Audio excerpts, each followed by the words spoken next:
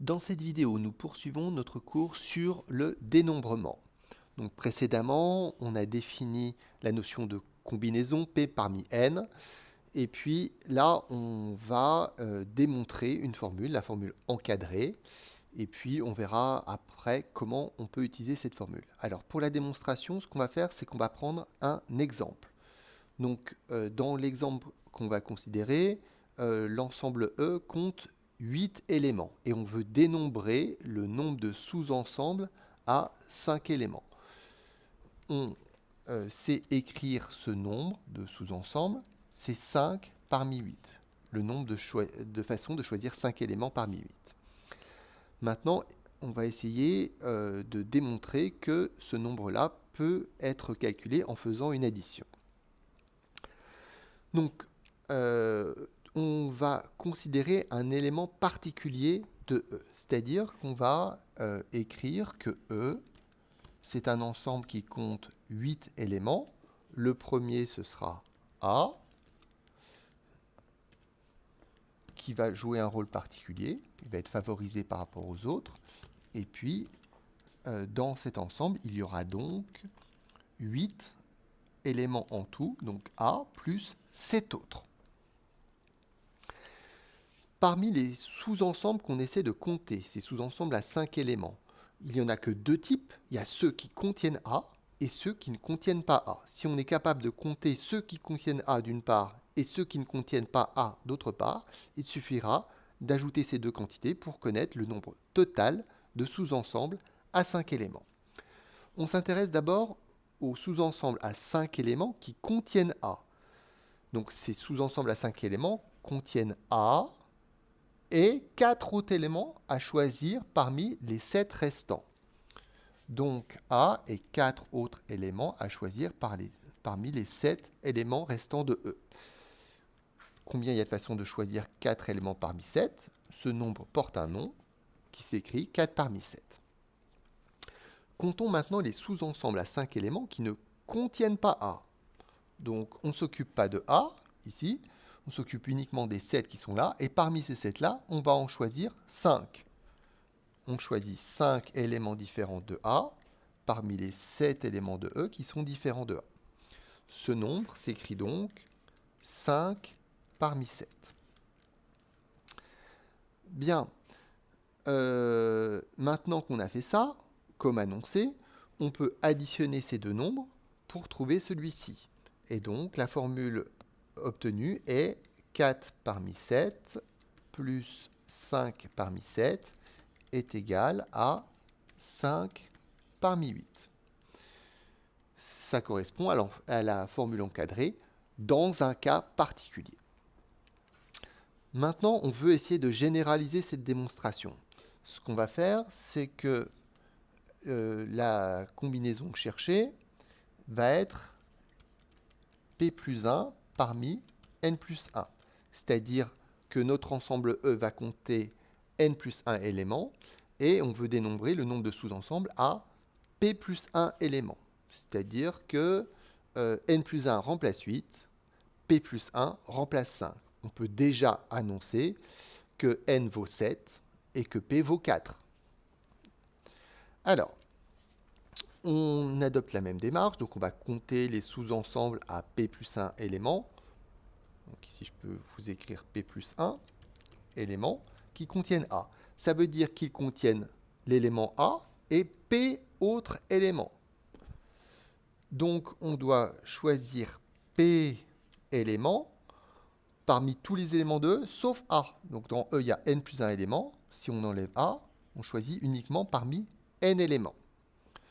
Donc, on choisit P éléments parmi N. Je vais l'écrire ici. P éléments parmi N.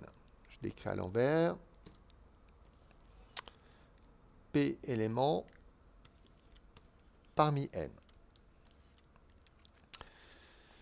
Donc, de manière générale, hein, je rappelle, on remplace 8 par N plus 1, ça veut dire qu'on remplace 7 par N. On remplace 5 par P plus 1, ça veut dire qu'on remplace 4 par P. Comptons maintenant les sous-ensembles à 5 éléments qui ne contiennent pas A. Donc, pour nous, ce ne sont plus des sous-ensembles à 5 éléments, mais c'est bien des sous-ensembles à P plus 1 élément. Donc, on va choisir ces P plus 1 éléments parmi tous les éléments de E, sauf A.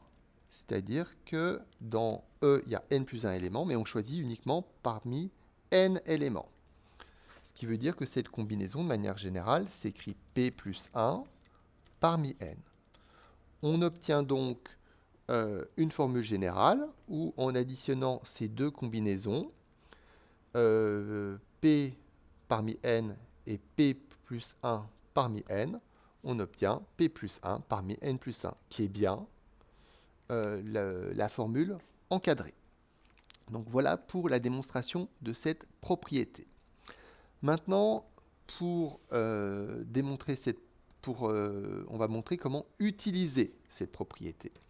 Donc cette propriété, on va la mettre en œuvre dans un tableau. Alors, pour le début du remplissage du tableau, on va utiliser nos connaissances, c'est-à-dire qu'au début, on sait que 0 parmi 0, c'est une convention, c'est 1. 0 parmi 1, c'est 1. 1 parmi 1, c'est 1. Et à partir de là, on va commencer à appliquer notre formule. Alors, à chaque fois, ici, on sait que 0 parmi quelque chose, c'est 1. Donc, on peut déjà l'écrire.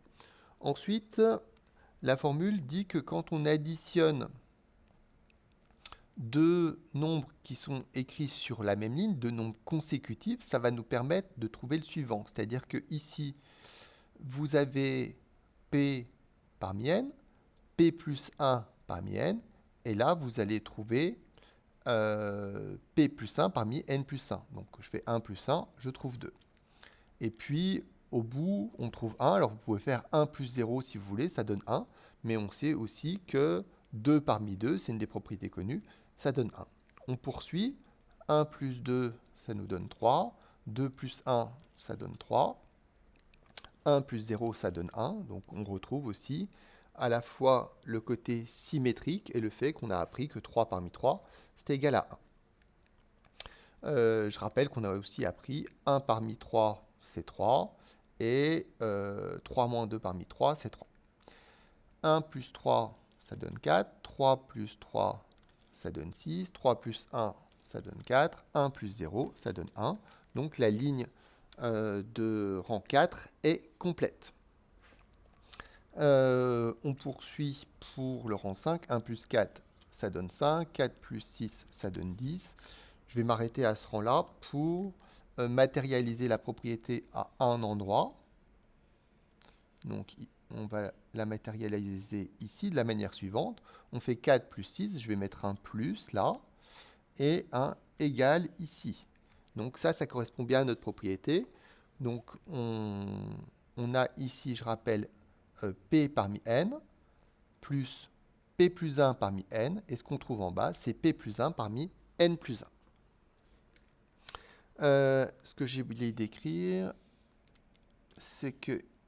Ah, c'est mal fait. Donc, on va quand même écrire P et N pour dire quel est le rôle joué par les lignes et les colonnes. Donc ici, écrivons P ici et N là. On poursuit. 6 plus 4, on trouve 10. 4 plus 1, on trouve 5. 1 plus 0, on trouve 1. Donc je vous invite à arrêter la vidéo un instant, à compléter la dernière ligne, et puis ensuite on corrige. Donc 1 plus 5, ça nous donne 6. 5 plus 10, 15. 10 plus 10, 20. 10 plus 5, 15. 5 plus 1, 6. 1 plus 0, 1. Donc, vous voyez que ce qu'on vient de faire prend la forme d'un triangle. Ce triangle s'appelle le triangle de Pascal. Il est utile quand on a à utiliser des combinaisons avec un n qui est quand même relativement petit. Si votre n c'est 52, vous n'allez pas vous amuser à faire le triangle de Pascal, ce serait beaucoup trop long. C'est aussi très utile quand on a besoin de la totalité d'une ligne. Ça peut arriver dans certaines situations. Hein. Donc si on a besoin de la totalité d'une ligne, même si n vaut 10, ça peut être intéressant de faire le triangle de Pascal parce qu'on obtient la totalité des, des combinaisons dont on a besoin. Voilà, on s'arrête sur ce point, donc la question du triangle de Pascal.